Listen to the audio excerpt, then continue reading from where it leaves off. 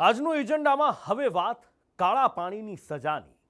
કાળા પાણીની સજા વીતેલા જમાનાની એવી સજા હતી જેનું નામ સાંભળતા જ કેદીઓ થર થર પારેવાની જેમ ધ્રુજી ઉઠતા, ફફડી જતા। પણ હવે આવી સજા સાંકેતિક રૂપે દોષ વગર કેટલાક અમદાવાદીઓ ભોગવી રહ્યા છે। અમદાવાદના નિકોલ વિસ્તારમાં રહેતા અમદાવાદીઓને કાળા પાણીએ હેરાન પરેશાન કરી મૂક્યા છે। હાલત એટલી ખરાબ છે કે લોકોનું ઘરની બહાર નીકળવું મુશ્કેલ થઈ ગયું છે અને કેટલાક લોકોનું ઘરમાં રહેવું દોહિલું થઈ ગયું। કાળા પાણીની સજા, આ વરસાદી નહીં, ગટરના પાણી। તંત્રના પાપે નિકોલ બન્યું નરકાગાર। તંત્ર બેદરકાર, લોકો બન્યા લાચાર। અમદાવાદ હેરિટેજ સિટી સાથે સ્માર્ટ સિટીની ઓળખ ધરાવે છે, પરંતુ અમદાવાદનો એક વિસ્તાર નર્ક સમાન બન્યો છે। નિકોલનો ગોપાલચોક વિસ્તાર જોશો તો તમને પ્રથમ નજરે વિસ્તારમાં વરસાદી પાણી ભરાયા હોય તેવું લાગશે, પરંતુ જેવા નજીક જશો એટલે ગંદા પાણીની દુર્ગંધથી ખ્યાલ આવી જશે કે આ કોઈ વરસાદી પાણી નહીં, પરંતુ ગટરના પાણી છે। નિકોલના ગોપાલચોક વિસ્તારમાં લોકો ગટરની સમસ્યાથી ત્રાહિમામ પોકારી ઉઠ્યા છે। વિસ્તારમાં ગટરના ગંદા પાણીનો ભરાવો થાય છે અને આ કોઈ એક દિવસની કહાની નથી। છેલ્લા કેટલાય દિવસોથી અહીં ગટરના ગંદા પાણી ભરાઈ રહ્યા છે। આ સમસ્યા ઊભી થઈ છે ગોપાલચોકની પમ્પિંગની લાઈન તૂટી જતા। જોકે આ પહેલા પણ તેનું અનેકવાર રિપેરિંગ થયું છે, પણ નબળી કામગીરીના કારણે તે વારંવાર તૂટી જાય છે અને હાલ છેલ્લા 1 મહિનાથી વિસ્તારના રહીશો આ મુશ્કેલી વેઠી રહ્યા છે। વારંવાર ઉભરાતી ગટરની સમસ્યાથી હવે નિકોલવાસીઓ પણ ટેવાઈ ગયા છે અને સ્થાનિકોએ ગોપાલચોકનું નામ ગટર ચોક પાડી દીધું છે। આ ગટરના ગંદા પાણીથી સ્થાનિકોનું ઘરની બહાર નીકળવું મુશ્કેલ બની ગયું છે। સતત વિસ્તારમાં દુર્ગંધ મારે છે। સ્થાનિક વેપારીઓના વેપાર ધંધા ઠપ થઈ ગયા છે। નજીકમાં આવેલી સ્કૂલના બાળકોને ગટરના પાણીમાંથી પસાર થવું પડે છે, તેમજ સ્થાનિકોને રોગચાળાની ભીતિ પણ સતાવી રહી છે। લોકો છેલ્લા 1 મહિનાથી આ મુશ્કેલી વેઠી રહ્યા છે, પણ તંત્રના પેટનું પાણી નથી હલતું, જેને લઈને સ્થાનિકોમાં રોષ ફાટી નીકળ્યો છે। 1 મહિનાથી આ ગટરનું પાણી ઉભરાય છે, નથી છોકરા સ્કૂલે જઈ શકતા કે કાયમ માટે હાલવા માટે એટલો પ્રશ્ન લે કે આમાં રોડ ઉપર ખાડા પડી ગયા છે તો બધે પડી જાય। વારવાર રજૂઆત કરતા કોઈ આ સમસ્યાનો દૂર નથી થતું, કારણ કે કાયમના માટે ગટરનું પાણી ઉભરાય। ચોમાસામાં ઉભરાતું તો કોઈ વાંધો નહીં, પણ ગટરનું પાણી 1 મહિનાથી આ ઉભરાય છે। ઘરે ઘરે તમે જાઓ, આટલી બધી સોસાયટીઓ છે, લગભગ 5000 માણસનું રેસિડન્ટ છે ઓજામાં છું। કોઈ કરતાં કોઈ વ્યક્તિ છે ને કોઈ બોલવાવાળું તૈયાર નથી, કારણ કે અત્યારે કોઈને બોલવા જેવા રહેવા જ નથી દીધા। કોર્પોરેટરની તો જિંદગીમાં કોઈ દી તપાસ કરવા નથી આવતા, કોઈ શું પોઝિશન છે। ઘરે ઘરે માણસો બીમારીથી ફેલાઈ રહ્યા છે, કોઈને ઘરે ઝાડા, ઉલટી, શરદી, તાવ, ઉધરસ, અને લોકો આટલા બધા ત્રાહિમામ પોકારી ગયા છે। બીજું બેન દીકરીઓ કોઈ આજે બાળકોને ભણવા મૂકવાની સ્કૂલ અહીંયા છે, હવે સ્કૂલમાં મૂકવાનું હોય તો બેન દીકરીઓને કઈ રીતે છોકરા લઈ જવા લાવવા, એટલે પ્રોબ્લેમ મોટામાં મોટો છે। આ ખરેખર છે ને ગોપાલ ચોકની જ્યાં ગટર ચોક થઈ ગયો છે અત્યારે।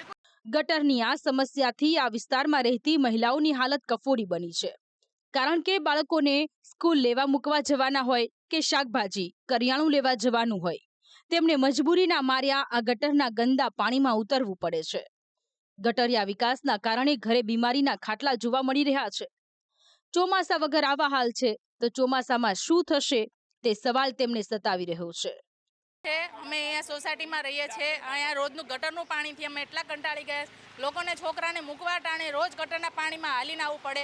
ઘરમાં ગટરોના પાણી સંડાસ આખા ઉભરાઈ ગયા છે। હવે આ રોજ આના છોકરાઓ બીમાર પડ્યા છે, કેટલી વખત દવાઓ લાયા છે, હજી દવાઓ ચાલુ જ છે ઘરમાં, અને આ ગટરનું પાણી અને પીવાનું પાણી એ ખરાબ આવે છે, ઝાડા ઉલટીના વાહ થઈ ગયા છે। હવે આની જવાબદારી કોણ લેશે? અને અમે સરકારને નિવેદન કરીએ છીએ કે આ ગટર હજી વરસાદ પહેલાં આટલું પાણી છે તો વરસાદમાં તો કેટલું પાણી રહેશે, અને આનો નિવારો લાવો। વિસ્તારના લોકો કહી રહ્યા છે કે અમારી રજૂઆત ન તો કોર્પોરેટર સાંભળે છે, ન તો વિસ્તારના ધારાસભ્ય। કોર્પોરેટર અને ધારાસભ્ય બંને ભાજપના છે। ધારાસભ્ય જગદીશ વિશ્વકર્માનો આ મત વિસ્તાર છે, પણ તેઓ ડોક્યું કરવા પણ આવતા નથી, જેને લઈને લોકો તેમને ખરી ખોટી સંભળાવી રહ્યા છે। અહીંયા સળંગ 1 વર્ષથી પાણી ભરાય છે, કોઈ ભાજપના ધારાસભ્ય કે કોઈ નેતા કે કોઈ અહીંયા આવતું નથી।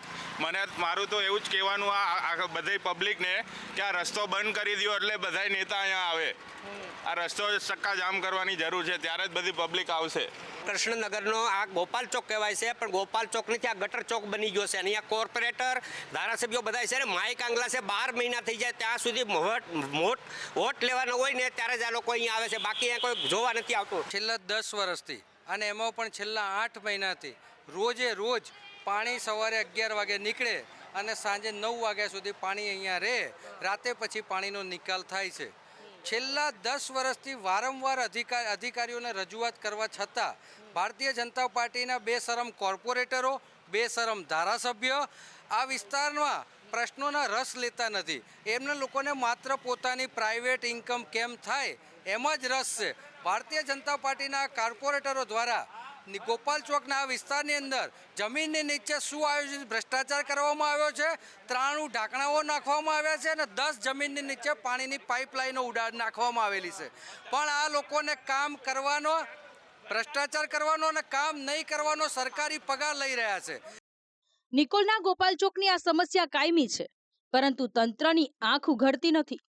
વારંવાર સમસ્યા સર્જાય છે. નિકોલમાં જે અત્યારે ગટર બેક મારી રહી છે ગોપાલ ચોકમાં, એ સૌથી નીચામાં નીચો વિસ્તાર છે. એના કારણે ત્યાં ગાડી કંઈ પણ થાય તો સૌથી પહેલું ગોપાલ ચોકમાં ઉભરાય. આ જે છે વર્ષોની સમસ્યા હતી. ઓઢવ 310 ત્યાં ગાડી જે લાઈન છે, જે રાઇઝિંગ લાઈન છે, એ એમએસની લાઈન છે. એમએસની લાઈન ત્યાં ગાડી એ સડી ગઈ છે. આ અગાઉ પહેલાં 4 પંપ ચાલતા હતા ત્યારે સમસ્યા નહોતી. અત્યારે રાઇઝિંગ લાઈન સડી ગઈ છે અને ખરાબ થઈ ગઈ છે. એટલે 4 પંપ જો આપણે ચલાવીએ તો એના પ્રેશરથી ક્યાંક ને ક્યાંક રાઇઝિંગ લાઈન ફાટી જાય. એટલે જે આ વર્ષો જૂના જે પ્રશ્નો છે એનો કાયમી નિકાલ કરવા માટે અત્યારે હાલ જે પાણી ઉભરાય છે એ 1-2 દિવસની અંદર બંધ થઈ જશે. પરંતુ અમદાવાદ મ્યુનિસિપલ કોર્પોરેશન કોઈ નક્કર કામગીરી કરતું નથી. નિકોલવાસીઓ રીતસરના નર્કમાં હોય તેવો અનુભવ કરી રહ્યા છે. ઘરે ઘરે માંદગીના ખાટલા જોવા મળી રહ્યા છે. ત્યારે હવે આ નર્કમાંથી નિકોલવાસીઓને કોણ બહાર કાઢશે તે જોવું રહ્યું. બ્યુરો રિપોર્ટ, સંદેશ ન્યૂઝ.